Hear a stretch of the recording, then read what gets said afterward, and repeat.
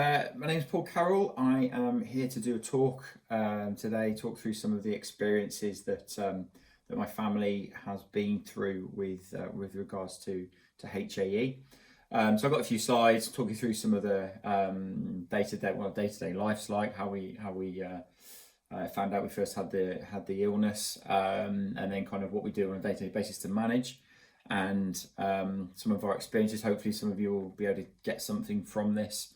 And it's an alternative way of living with HAE. So the first slide shows the history within our family. So my mum, Wendy, in the top right picture, she gave birth to three of us. So Andy, my brother, my sister Lisa, and myself. We've each got three children, so that wasn't kind of planned that way. It just sort of happened. But yeah, ironically, we have three each. So you can see from the family tree there that so my mum has the condition. So we've got C1 esterase deficiency, and we're type 1. My brothers, we basically all have the same type 1. So brother, sister, and myself. So mum was pretty accurate in passing that on to us all. So we've got her to thank for that. And then my brother, so his three children, two of his three children also have the condition. My sister, 1 out of 3, has the condition, and then within my family, the two girls are okay, but Louis suffers. So we all have differing experiences with the condition. So we were diagnosed in 1995. At that time, I was 18, just about to go to university. My brother Andy was hospitalised with a throat swelling, and around this time, my sister Lisa was having some tests, and when Andy went in with the throat swelling, they decided to dig a bit deeper, basically. And then we all ended up getting tested, and it turns out that we all had C1. So that's about the time. And obviously, mum throughout her life had the condition, didn't realise she'd get poorly and not really realise what was going on, but just kind of had to get on with it. So my sister suffered quite badly with it over the years, and has had lots, been in that hospital quite a bit. So yeah, she's suffered quite badly, and I'd say out of everyone, my brothers had some instances, like I say, he had the throat swelling that he ended up in hospital, and again he suffered pretty bad over the years. I think I've probably not suffered quite so much as those guys, but this is living with HAE. So you can see on the top right picture, that's my wife Amy. That she's giving me an injection of Cinrise there. So bottom right's a fairly recent image of Louis, where we had to take him into hospital to get some C1 into him. Now, fortunately, Amy's able to do that from home as well. So and then the picture sort of in the middle was Louis with a face swelling when he was quite young. So he suffered quite bad, and then we've got a hand swelling on the left hand side. So so Louis, he's had multiple attacks. Last 3 years he's averaged one per month average. So and he'll get them in his arms, his leg, his hands, and his face. So not all at the same time, but all of those areas. And then myself, so I'm less frequent than Louis. I do suffer with them in my feet, in my groin, abdominals, kind of on the inside and out. So I'm sure you've all had abdominal swelling. It's very, very painful. Not a very nice experience at all.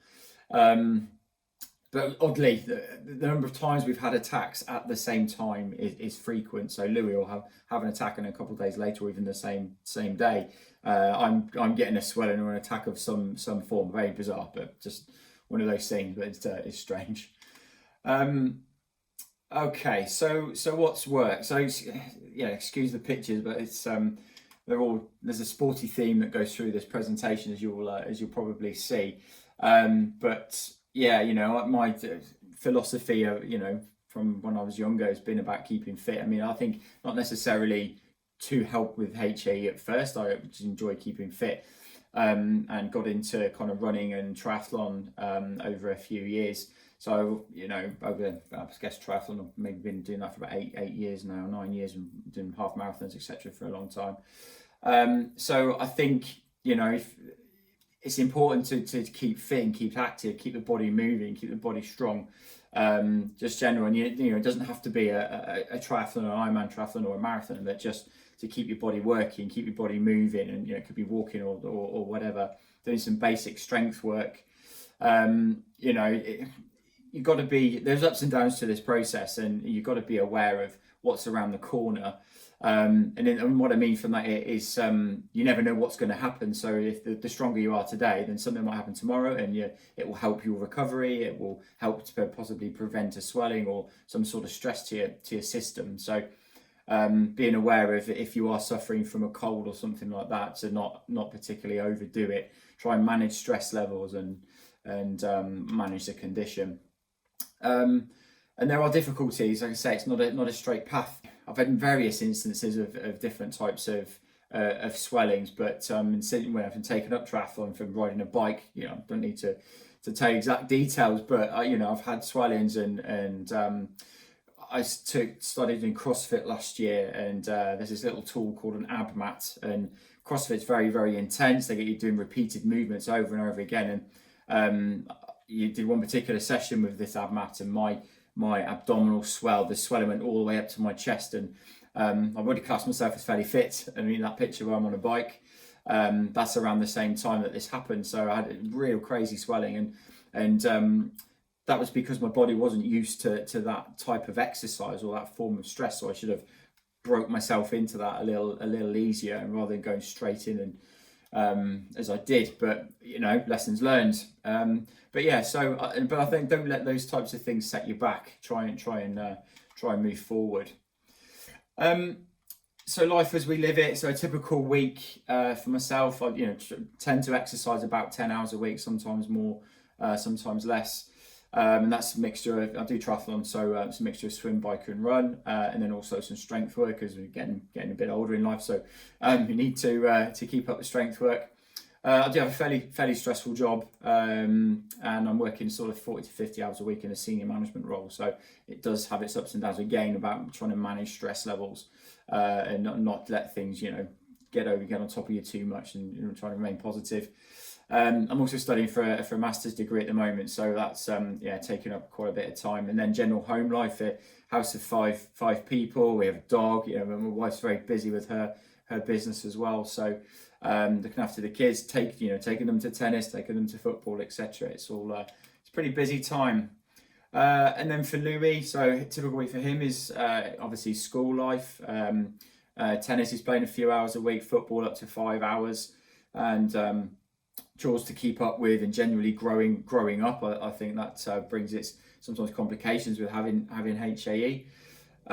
So yeah, it's kind of managing all those things. We do get these types of situations do bring on swelling. So Louis, if he'll play football, he'll do a dive awkwardly or something like that. He likes to play in goal, so he's not he's not afraid. He'll dive in, but the odd kick here and there, he'll maybe get hand swelling or a knee swelling or something like that. So just sort of try and keep going and getting the body a bit stronger, and over time hopefully they'll slow down a bit. But so that's really kind of the end of what I wanted to talk about. So just to give you a brief overview, I could probably carry on talking for a while, but yeah, I'm conscious of the time. So takeaway messages, I think everybody's different. So this process sort of works for us. Is that we don't have a perfect life by any stretch of the imagination. I do get swellings. Louis does get swellings, but I think we would suffer more if we didn't, if we weren't aware of or weren't keeping fit and active. Be mindful about food and exercise and general well-being. I think that's not necessarily for someone that has got HAE, but generally anybody in life. If you think of your body as a machine, and what you're putting in it, it's food is fueling your body all the time. So the better food that you can eat, the better you can recover. And if you are ill, then the quicker, speedier your recovery will be, the stronger your immune system will be. So again, we're not perfect, but these are the sorts of things that we think about and try to build into our daily lives. don't let the illness limit you.